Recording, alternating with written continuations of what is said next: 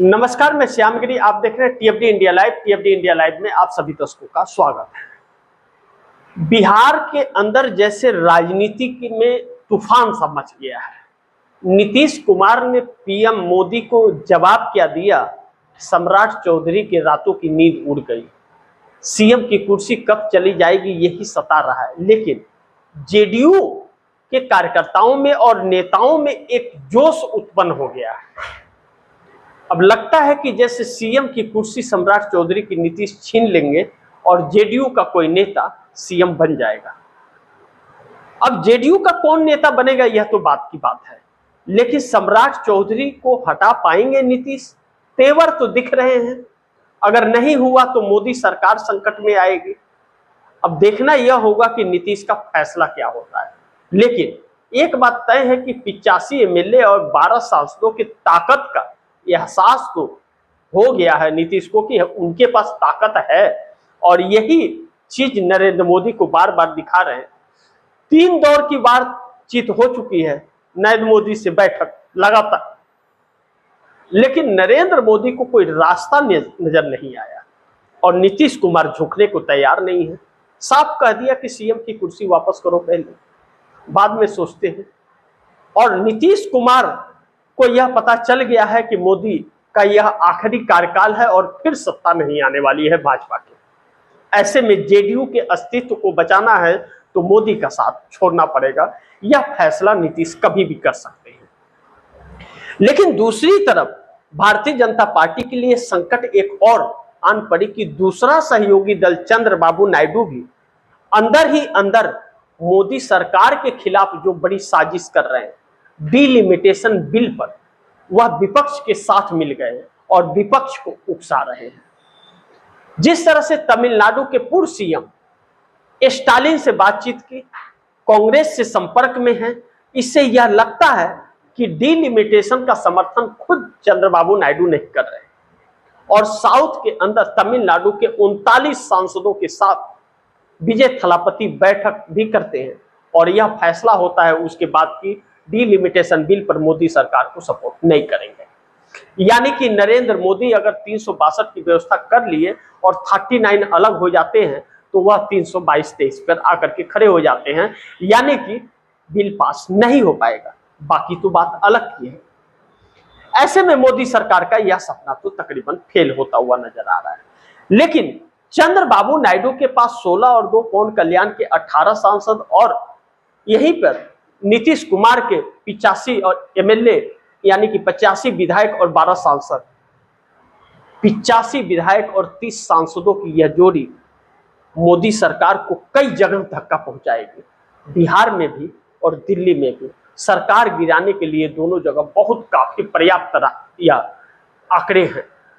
ऐसे में राहुल गांधी की बढ़ती सक्रियता और छात्र आंदोलन की हो रही मजबूती मोदी सरकार के लिए और भारतीय जनता पार्टी के लिए एक नई संकट बनता जा रहा है। झारखंड के अंदर छात्रों का आंदोलन हो रहा है, सरकार बातचीत कर रही है, लेकिन 20 जुलाई को हुए छात्रों पर अत्याचार, चाहे बिहार हो, चाहे बंगाल हो, चाहे वह महाराष्ट्र हो, चाहे मध्य प्रदेश हो, दिल्ली हो, उत्तर प्रदेश हो, छात्रों पे हुए अत्याचार को लेकर के जवाबदेही तय नहीं हो रही है तो विपक्ष सरकार के खिलाफ मोर्चा खोल दिया है। इस बीच राहुल गांधी ने इलाहाबाद में जो संवाद किया और लाखों की तादाद में छात्र सड़क पर उतरे, मोदी सरकार के होश उड़ गए हैं, क्योंकि सम्राट चौधरी भी डरे हुए हैं कि अगला प्रोग्राम पटना का ही है। अब मोदी सरकार रोकती है या सम्राट चौधरी सरकार पटना में रोकेगी तो छात्रों का आक्रोश और बढ़ेगा और राहुल गांधी छात्रों के बीच एक जननायक बनते जा रहे हैं। पहले नेता ऐसे साबित हो रहे हैं राहुल गांधी, जो छात्रों एक पढ़े लिखे व्यवस्था के सामने प्रेजेंटेशन अपना दे रहे हैं, वह काबिलियत है और छात्र उनसे इसीलिए प्रेरित भी होते हैं और राहुल गांधी को विश्व की यूनिवर्सिटियां लेक्चर के लिए बुलाती भी है। लेकिन भारतीय जनता पार्टी की किसी नेता को कभी देखा नहीं गया क्योंकि उस लायक वह है ही नहीं। अब ऐसे में भारतीय जनता पार्टी के लिए संकट तब उत्पन्न हो जाता है जब एनडीए गठबंधन के ही 41 सांसद इन मोदी सरकार का साथ छोड़ने के लाइन में खड़े हो। जयंत चौधरी ने जिस तरह से खेल पलटा है और जयंत चौधरी की पार्टी से जिस तरह से लोग हट करके अलग अलग पार्टियों में जा रहे हैं, उससे जयंत चौधरी की मुश्किलें बढ़ रही हैं। अब जयंत चौधरी अगर मोदी को समर्थन देते रहे तो उत्तर प्रदेश का आने वाला 4 महीने के बाद का चुनाव उनके लिए बहुत बड़ा संकट बन जाएगा। छोटी पार्टी है और वोट छटक जाएगा, तो उनकी मजबूरी हो रही है। लेकिन साथ ही साथ अनुप्रिया पटेल की भी दिक्कत हो रही है, ओम प्रकाश राजभर और संजय निषाद की भी है। तो भारतीय जनता पार्टी का साथ छूट रहा है। लेकिन भारतीय जनता पार्टी के अंदर भी टकराव है, क्योंकि उत्तर प्रदेश की राज्यपाल जो मोदी की बड़ी खास कही जाती है, वह योगी आदित्यनाथ के खिलाफ खुद ही मोर्चा खोल रही है। यानी कि आपस का टकराव कहीं ऐसा ना हो कि 2024 का परिणाम साबित हो जाए कि भारतीय जनता पार्टी बुरी तरह से हार जाए यूपी के अंदर। अब ऐसे में योगी आदित्यनाथ और अमित शाह मोदी के बीच का टकराव है। लेकिन बड़ी महत्वपूर्ण है कि एक तरफ मोदी की सरकार संकट में है और दूसरी तरफ अपने ही के ऊपर वह शिकंजे कस रही है। यह भी एक अनोखा सा तस्वीर है, जिसको लेकर के अब भारतीय जनता पार्टी के कोर वोटर इससे दूर हो रहे हैं और छात्र भी इनसे हो गए हैं दूर। ऐसे में सत्ता फिर वापस आएगी, इस बात की गारंटी नहीं है। लेकिन टकराव भाजपा का जारी है। केंद्र के अंदर कहा जा रहा है कि 100 से अधिक सांसद नरेंद्र मोदी का साथ कभी भी छोड़ सकते हैं, कभी भी बागी रूप अपना सकते हैं। लेकिन मोदी शाह संसद में नहीं आ रहे हैं, भाग रहे हैं, यह दुर्भाग्यपूर्ण है। और विपक्ष लगातार मोर्चा संभाले हुआ है संसद के अंदर और संसद के बाहर। अब 10, 11 और 12 को जो व्हिप जारी हुआ है, कुछ तो बिल आने वाला है। क्या डिलिमिटेशन बिल आएगा या क्या नीतीश कुमार का इस पर अभी तक कुछ रुख साफ नहीं है। लेकिन नीतीश कुमार समर्थन करेंगे या नहीं करेंगे डिलिमिटेशन बिल पर, यह देखना महत्वपूर्ण होगा। लेकिन चंद्रबाबू नायडू कतई नहीं करेंगे, क्योंकि चंद्रबाबू नायडू साउथ का एक टीम तैयार कर रहे हैं। और क्योंकि साउथ के अंदर पूरी तरह से कांग्रेस सत्ता में है, चाहे वह तेलंगाना हो, चाहे कर्नाटका हो, केरल हो, और तमिलनाडु के अंदर सहयोगी दल के रूप में आंध्र प्रदेश बीच में बचता है। अगर चंद्रबाबू नायडू ने मोदी सरकार को समर्थन दिया तो चंद्रबाबू नायडू की सत्ता गंवा बैठेंगे। और ये इस डिलिमिटेशन के जरिए भारतीय जनता पार्टी एक ऐसा षड्यंत्र करेगी कि पूरे देश में सिर्फ भाजपा ही रह जाएगी।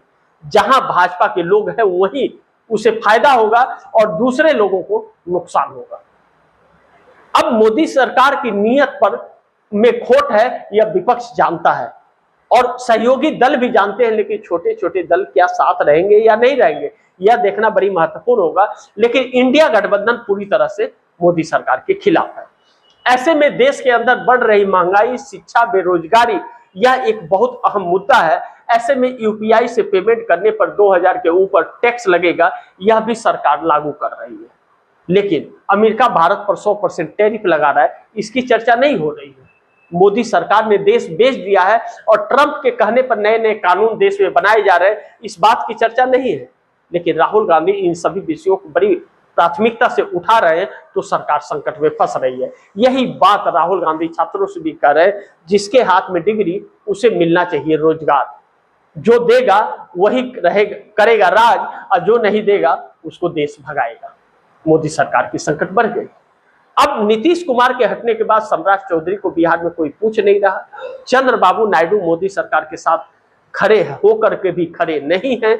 ऐसे में नीतीश नायडू की जोड़ी कुछ नया कमाल करने के और मोदी सरकार को बड़े झटका देने की तैयारी में है। लेकिन सर्वे यह कहता है कि भारतीय जनता पार्टी का अंत नजदीक है, भाजपा में ही बगावत होने की उम्मीद है। और इस देश में बढ़ रही महंगाई, बेरोजगारी, शिक्षा और स्वास्थ्य नरेंद्र मोदी के एंटी कैम्पेंसी में 4 चांद लगा रहा है, जो नरेंद्र मोदी को बैकफुट पर ढकल रहा है। आरएसएस भी पलट गया, सहयोगी भी पलट रहे हैं, नीतीश पलटने वाले हैं। चंद्रबाबू नायडू का झटका मोदी सरकार बर्दाश्त नहीं कर पाएगी। पीएमओ के अंदर जो हड़कंप सी परिस्थिति मची है या हलचल मची है, सांसें अटकी हुई है सरकार की।